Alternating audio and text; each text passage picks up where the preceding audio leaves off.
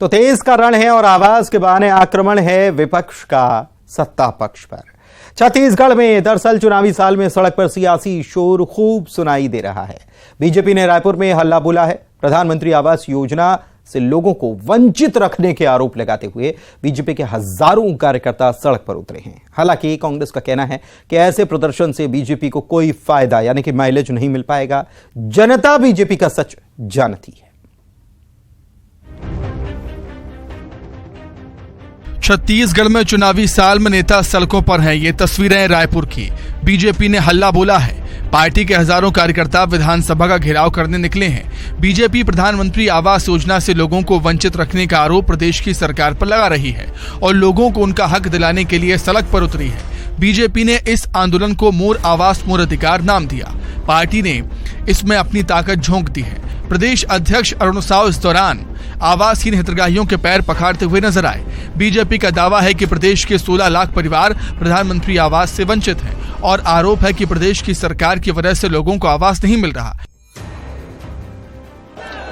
ये जो आवास की योजना है, ये जो कार्यक्रम हम लोगों ने अपने हाथ में लिया है, ये गरीब जनता का है, ये आवासहीनों का है। और आवास यदि आपने 16 लाख लोगों के घर छीना है, 16 लाख आवास देना ही पड़ेगा। यदि 16 लाख आवास नहीं दोगे तो सरकार बदल के 16 लाख आवास हम बनाएंगे। ये भारतीय जनता पार्टी का निर्णय है कि जिन प्रकार से छत्तीसगढ़ में कांग्रेस के सरकार चलत है, आज पूरा विकास के रास्ता ठप हो चुके हैं। ये केवल विज्ञापन के सरकार, होल्डिंग के सरकार और ये सरकार जमीनी हकीकत से कोसों दूर सरकार। विधानसभा के माध्यम से सरकार में नकल कसे के कोशिश करे हैं और एक जिद का बात होकर खुलासा करे हैं कि ये सरकार कौन प्रकार से चलत है। अभी 3 दिन पहले बोला, जब हमारे वायुमंडल गांव बनने लगा तो भूपेश जी बोले मैं नया सर्वे करवाऊंगा। अरे मेरे भाई, क्या तुम्हारी पार्टी के सर्वे को भी झुठला रहे हो क्या? 2011 के सर्वे के आधार पर दिल्ली से जो लिस्ट आई, मैं उस डिटेल जाना नहीं चाहता, उस लिस्ट के आधार पर हमारे नागरिकों को आवास मिलना चाहिए था और 8 लाख से ज्यादा लोगों को इन 4.5 वर्षों में भूपेश सरकार ने आवास से आवास विहीन रखा। इसका पाप जरूर लगेगा इनको, जनता छोड़ेगी नहीं। और उन्होंने केंद्र और राज्य के साथ मिलकर ताकि हम देश के बेघर को घर देने का काम करें। लेकिन छत्तीसगढ़ में जिस तरह आज प्रधानमंत्री आवास योजना के तहत जो छत्तीसगढ़ के लाखों बेघर को घर मिलनी चाहिए, वह छत्तीसगढ़ के मुख्यमंत्री जो चार्जशीटेड मुख्यमंत्री है, क्या मुख्यमंत्री है? आरोपित नहीं, चार्जशीटेड मुख्यमंत्री गरीब के घर को रोकने का काम किया। तो ये गरीब विरोधी सरकार है कि नहीं? तो ऐसी सरकार को आने वाले समय हमें उसे सबक सिखाना है। प्रदेश में बीजेपी अपनी सियासी जमीन तलाश रही है। ऐसे धरना प्रदर्शन सरकार को घेरने के साथ ही पार्टी के लिए शक्ति प्रदर्शन का भी जरिया है। बीजेपी के प्रदर्शन पर सीएम भूपेश बघेल ने पलटवार किया और कहा कि ऐसे प्रदर्शनों से बीजेपी को प्रदेश में कोई माइलेज नहीं मिलने वाला। जनता बीजेपी का सच जानती है। भारतीय जनता पार्टी के पास अब कोई मुद्दा रहा नहीं, न किसानों का, न मजदूरों का, न नौजवानों का, न गरीबों का।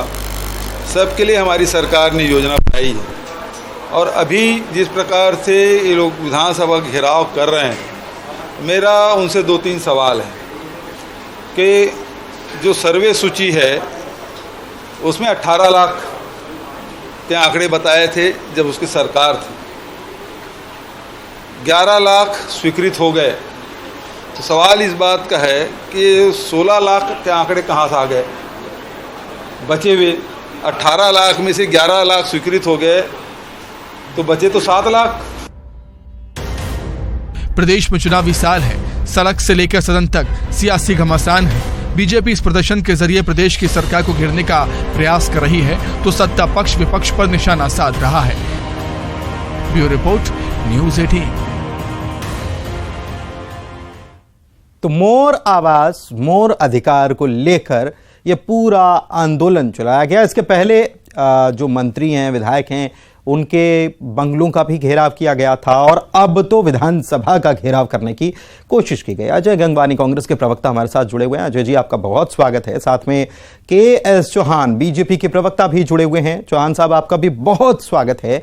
सबसे पहले चौहान साहब, मैं आप ही से जवाब चाहता हूं। आपने मुख्यमंत्री को सुना होगा, मुख्यमंत्री कह रहे हैं कि 18 लाख टोटल और इसमें से 11 लाख स्वीकृत हो गए, बचे 7 लाख। आप 16 लाख का आंकड़ा कहां से ला रहे हैं?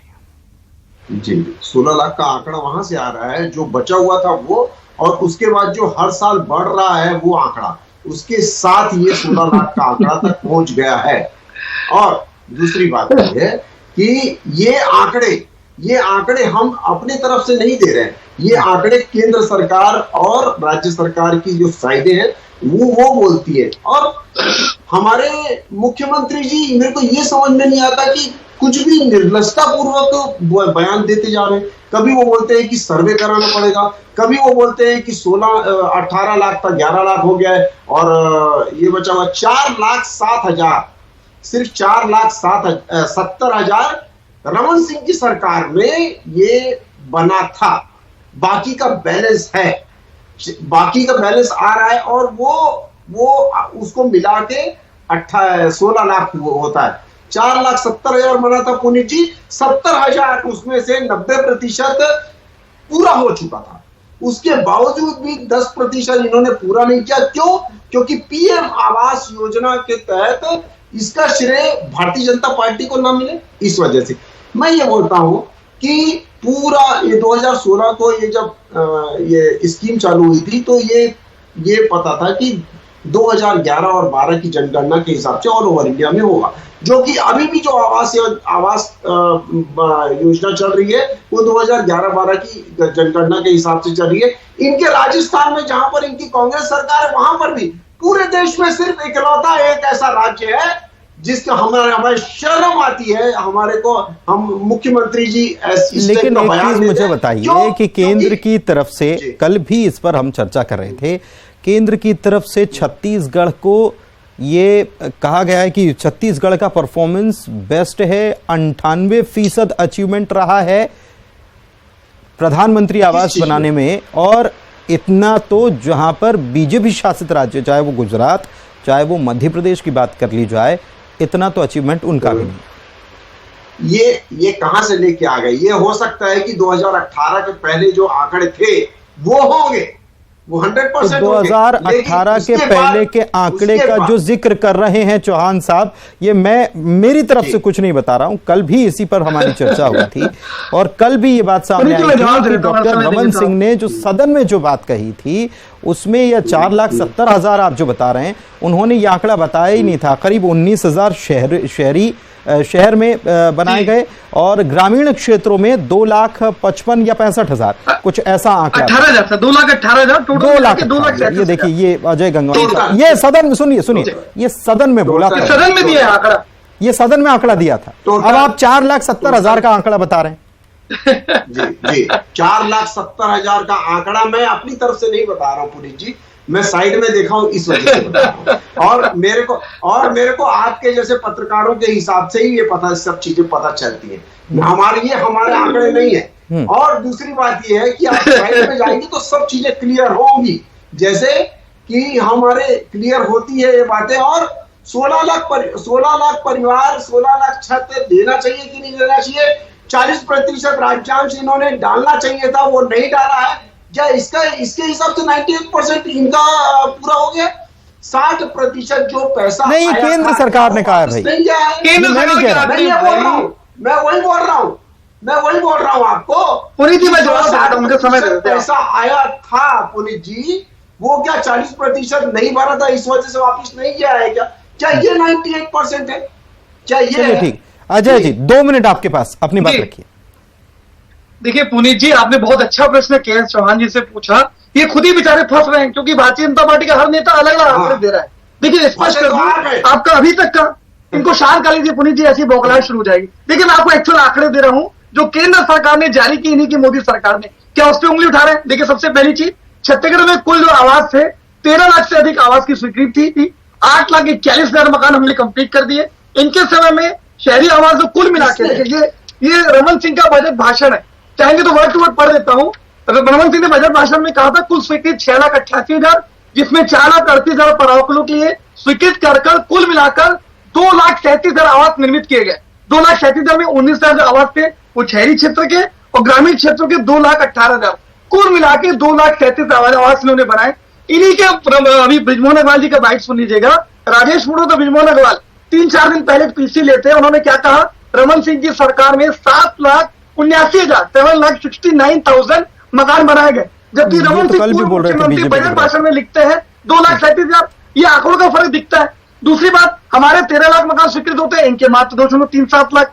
इनका जो कुल बजट का आवंटन था मात्र 272 करोड़, हमारे 2100 करोड़ रुपए। और लगातार ये आंकड़े बता रहे हैं कि जो फर्जीवाड़ा करने का प्रयास है, लगातार केंद्र की मोदी सरकार सौतेला व्यवहार कर रही है, भेदभाव कर रही है। 2021-22 और 2022-23 एक भी मकान प्रधानमंत्री आवास ग्रामीण में स्वीकृत नहीं करते। 9 सांसद है, केंद्रीय मंत्री है, राज्य उपाध्यक्ष है, उस पर बैठ की राजनीति करते हैं। एक तो आपकी सरकार भेदभाव करे, उस पर आप ही बैठ के उस पर राजनीति करने का प्रयास करें। दूसरा सबसे प्रमुख आंकड़ा दे दूं जो मुख्यमंत्री जी ने दिया है, 2015-16 से 2018-19 भारतीय जनता पार्टी का कुल राज्यांश था 271.37 करोड़, हमारा राज्यांश है 2116 करोड़, मतलब हमने 8 गुना ज्यादा राज्यांश भरा। कुल व्यय इनके द्वारा किया गया 276 करोड़, 1241.93 करोड़, हमारा व्यय है 2763.99, मतलब 2.25 गुना व्यय किया गया। कुल आवास इनके द्वारा बनाए गए शहरी क्षेत्र में 19,042, हमारे द्वारा 53,725, 5 गुना, मतलब राज्यांश हमारी सरकार द्वारा 8 गुना, व्यय हमारे द्वारा 2 गुना, आवास की संख्या 5 गुना। हर साहब, गंगवानी साहब तो पूरा चिट्ठा खोल दे रहे हैं और एक एक का आंकड़ा बता रहे हैं, और वो भी अपने मन से उन्होंने बैठ के नहीं बताया। क्योंकि देखिए आप पर यह आरोप लग रहा है कि प्रेस कॉन्फ्रेंस में कहते हैं 7.5 लाख, फिर आप अभी 4.5 लाख बोलने लग गए। ये 2,37,000 के आसपास, डेटा में 2,37,000 है। पुनीत जी मेरा सिर्फ ये इन्हीं का बजटीय भाषण। पुनीत जी सिर्फ एक ही क्वेश्चन है मेरा सिर्फ एक ही क्वेश्चन है इसे, चौहान जी आप क्या आंकड़े तो पहले दुरुस्त कर लीजिए, पहले बता दीजिए कितने मकान बनाए आपने। बोलने दीजिए मेरे को, पहले बोलने। भाजपा के कार्यकाल में कितने मकान बनाए छत्तीसगढ़ की जनता सुन ले, ये कितना झूठ बोल रहे हैं चैनल पे ये और इनके नेता। बता रहा हूँ 4,70,000 मकान बनाए, जिसमें आवंटित। अच्छा ठीक, नहीं एक मिनट, चौहान साहब एक बड़ा दावा कर रहे हैं। नहीं गंगवानी साहब सुनिए, चौहान साहब बड़ा दावा कर रहे हैं 4,70,000। अब इसका डेटा बताइए आपकी कहां से आपने निकाला, क्योंकि डेटा सुनिए, गंगवानी साहब तो कागज लेके बैठे हैं। बिल्कुल, मार्च 2019 में बहुत अच्छी।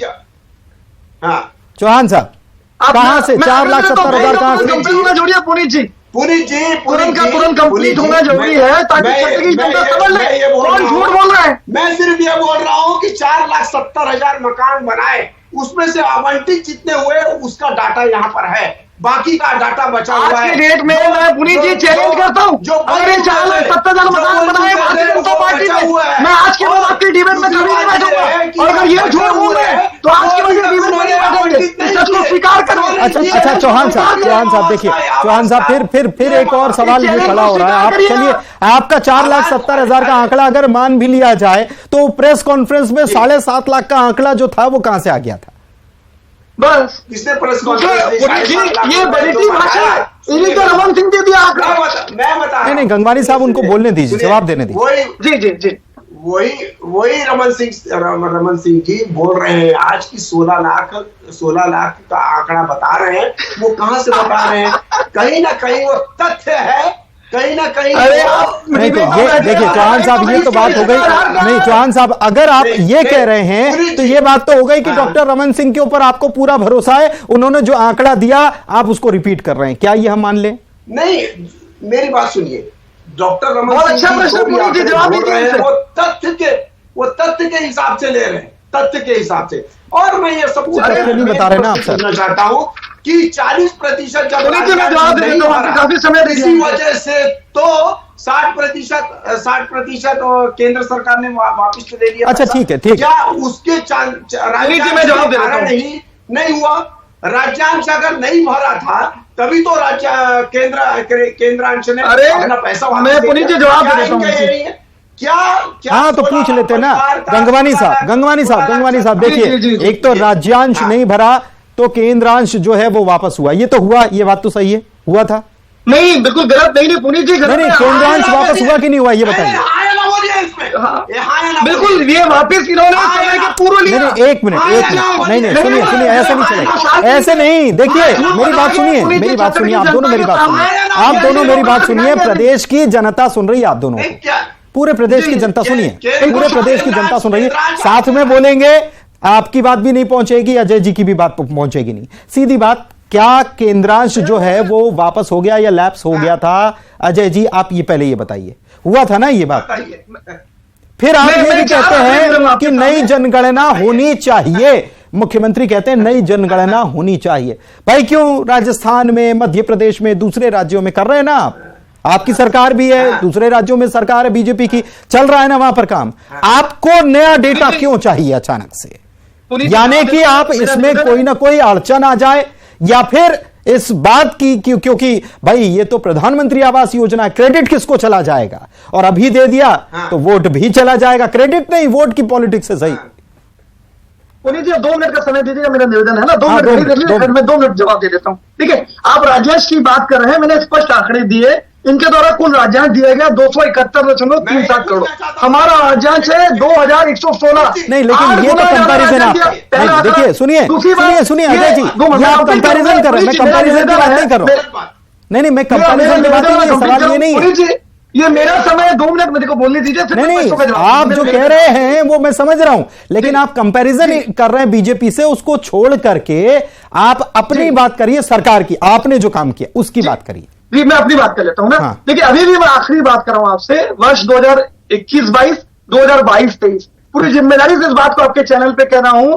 प्रधानमंत्री आवास योजना की ग्रामीण में एक भी मकान छत्तीसगढ़ के स्वीकृत नहीं किया गया। हमारा 800 करोड़ रुपए का राजधान देने के बाद, हमारे 800 करोड़ राजधान देने के बाद भी केंद्र की मोदी सरकार ये दोहरा चित्र देखिए, ये देखिए रमन सिंह जी के शुरू हो गया मौखलाहट, झूठ। अगर ऐसे करेंगे, देखिए मेरी बात सुनिए, एक रिक्वेस्ट है गंगवानी साहब, एक बिल्कुल सुनिए 2 सेकंड मेरी बात सुनिए, 2 सेकंड मेरी बात सुनिए। देखिए मेरे पास कमांड ये आया है कि 2 मिनट बचे आखिर के, ठीक है ना, तो आप अपनी बात शॉर्ट में कहिए, एक दूसरे को काटिए मत, क्योंकि हम बहुत जल्दी बिल्कुल आखिरी समय में पहुंच रहे हैं, ठीक है? तो अजय जी आप पूर्ण तरीके से अपनी बात कम समय में करिए प्लीज। बिल्कुल देखिए 2 चीजें कहना चाह रहा हूं। पहले जो था वो 75-25 का रेशियो चलता था, जानबूझ के उन्होंने केंद्रांश को कम करके राजधान बढ़ाया 60-40 का रेशियो। 800 करोड़ का राजधान देने के बाद 21-22-23 में एक भी मकान स्वीकृत नहीं करते। इनके 16 लाख आंकड़े की बात करते हैं, इनके बिजमोरा गवाह 7.5 लाख की, अच्छा मकान बनाएगा 2,37,000। ये तीनों आंकड़े बता रहे कि कौन झूठ बोल रहा है। ये बिजमोरा गवाह अलग आंकड़े देते हैं, रमन सिंह अलग आंकड़े देते हैं, झूठ तो आप 4,70,000 बोलते हैं। अपने झूठ में, अपनी गलतियों में टूटी पड़ चुके हैं। ठीक है, झूठ कौन बोल रहा है, सच कौन बोल रहा है, हितग्राही कितने हैं, डेटा किसका सही है किसका नहीं है, और कुल मिलाकर बात यह कि जिसका घर का सपना था, कल भी हमने यही बात कही कि जिसका घर का सपना है कि अपना घर हो मेरा, उसका सपना किसकी वजह से अधूरा रहा है, ये सब जनता देख रही है, वही फैसला करेगी। बहुत शुक्रिया आप दोनों का चर्चा में शामिल होने के लिए। समय यहीं तक इजाजत दे रहा था, नमस्कार।